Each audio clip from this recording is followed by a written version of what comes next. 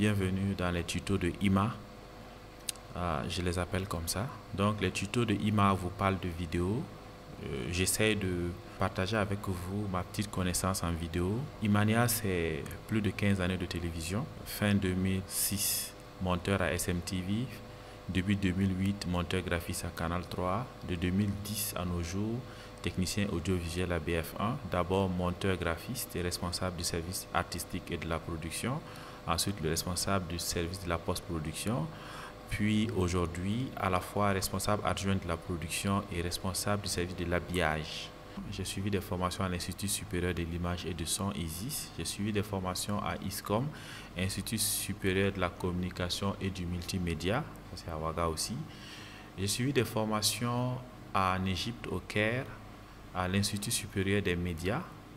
Et j'ai suivi aussi des petites formations de CFI, de pas mal de structures qui ont organisé des formations où j'ai participé. Je ne suis pas un expert dans le domaine, mais j'ai ma petite connaissance que je peux partager avec vous. Aujourd'hui, nous allons parler de DaVinci Resolve. DaVinci Resolve, moi je vais parler de son côté étalonnage vidéo. C'est vrai que c'est un logiciel de montage aussi, mais je suis beaucoup plus pour son côté étalonnage. Voilà, les logiciels, c'est une question de préférence. Voilà, mais la majeure partie des professionnels utilisent pour l'étalonnage. Nous allons travailler sur Adobe Premiere Pro, les bases du montage. Nous allons travailler sur Photoshop.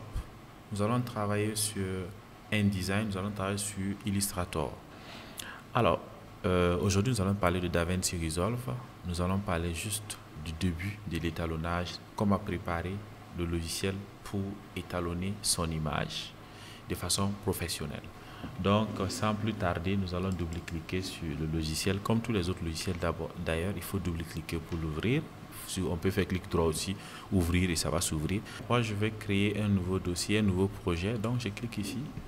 Je vais mettre tuto IMA.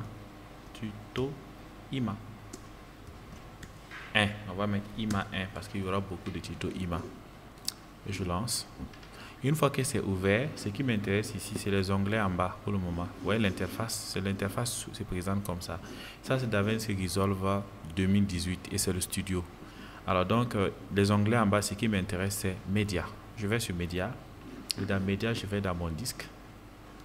Dans mon disque, je cherche mon dossier où se trouve mon projet que je vais étalonner. Et je suis dedans et je cherche Bourma Aïcha Brut. Donc, ce qui m'intéresse, c'est Aïcha Brut parce qu'on n'a rien fait, on n'a pas fait d'étalonnage dessus. C'est ce que j'ai besoin. Et avant de faire l'étalonnage, il faut vous rassurer aussi que vous avez filmé sans déjà avec les couleurs. Quand on met toutes les couleurs, on met le contraste et tout. Après, pour étalonner, c'est très difficile. Voilà, ça compte beaucoup l'image de base. Donc, je vais dessus. Et quand je vais prendre comme ça va venir avec... ça va venir en un seul plan. Si je prends comme ça, mettre sur le timeline, ça va venir en un seul plan. Pourtant, les plans n'ont pas les mêmes températures, n'ont pas les mêmes lumières, n'ont pas les mêmes contrastes. Je ne peux pas étalonner comme ça. Avant, on prenait les roches à XML, voilà. Mais cette fois-ci, DaVinci a facilité les choses. On peut directement prendre notre projet en un seul fichier et DaVinci va nous le découper plan par plan pour nous permettre de traiter nos images plan après plan sans être obligé d'avoir le fichier en un seul, notre vidéo en un seul fichier et puis se retrouver dans les complications. Donc je fais clic droit sur ma vidéo et je fais détection des coupes. Voilà, il va me détecter les plans. Donc je clique dessus et ici je mets détection des coupes automatique et j'attends tout simplement. Voilà, DaVinci est en train de faire son travail.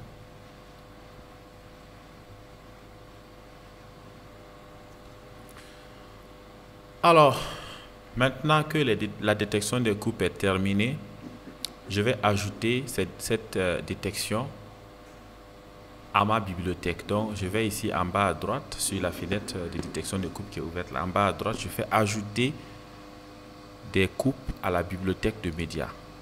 Et quand tu m'ouvres cet onglet, il me demande si je veux modifier la fréquence d'image ou si je vais maintenir. Je vais modifier parce que je veux que ça corresponde à mon projet. Voilà. Si je ne modifie pas, il risque de me l'amener une fréquence image qui ne correspond pas à mon projet. Donc si vous gardez ça comme ça, sans modifier, ça va créer des désynchros à l'export final. Donc il faut modifier pour que ça s'adapte à votre projet. Donc moi je modifie. Donc je ferme cette fenêtre. Ce qui m'intéresse maintenant, c'est l'onglet suivant, Cut. Donc quand je vais à Cut, donc je vais créer ma timeline en allant à Fichier, Nouvelle timeline. Et ici, on me demande si je veux timeline vide ou avec les images. Moi, je veux une timeline avec les images et non une timeline vide, donc je décoche. Et là, je vais essayer de vérifier mes paramétrages si c'est bon. Donc, je décoche pour vérifier. Format, c'est bien. 50 images secondes, donc c'est comme 25 images secondes. Ça marche. Donc, je fais créer. Créer, je vais à montage. J'ai la possibilité de voir que ça a découpé les images plan après plan. Vous voyez. Donc, je vais à étalonnage. Voilà mon interface de l'étalonnage. L'interface est là. Et ici, nous avons les outils qui nous permettent de calibrer, de traiter l'image, etc., etc. Donc ici, nous avons les basses lumières, nous avons les mi-tons, nous avons les hautes lumières ou les gains, et nous avons l'offset, c'est le master du réglage. Ici, nous avons des outils pour traquer l'image et pas mal d'autres choses que je vais vous montrer par la suite. Et là, nous avons le scope qui nous permet de voir le niveau de notre lumière, le niveau de nos couleurs. Là, nous avons notre moniteur de contrôle. Nous avons nos images plan par plan ici. Et ici, nous avons notre image qu'on a sélectionnée ici. Et pour faire le traitement de l'image, il est conseillé d'avoir les nœuds, de créer des nœuds. Les nœuds, c'est comme des calques d'effets.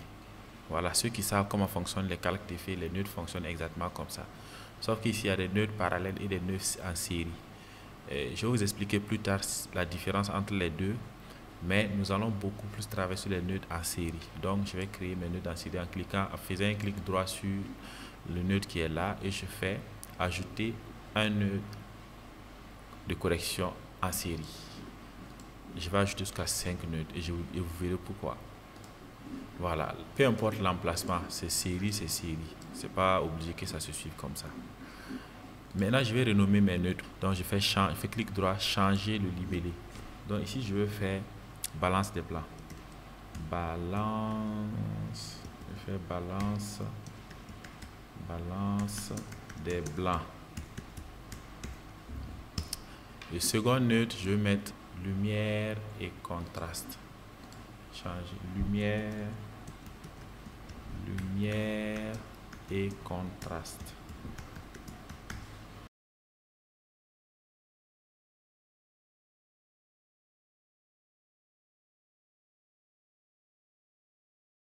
Bon, écoutez, moi j'ai mis des noms pour repérer mon travail. J'ai mis comme ça des trucs standards qui peuvent permettre à n'importe qui de comprendre. Voilà, donc aujourd'hui on va s'arrêter là et je vous invite à vous abonner sur mon compte YouTube, à mettre un pouce, à cliquer sur la cloche, activer la cloche. Portez-vous bien. Ciao, ciao.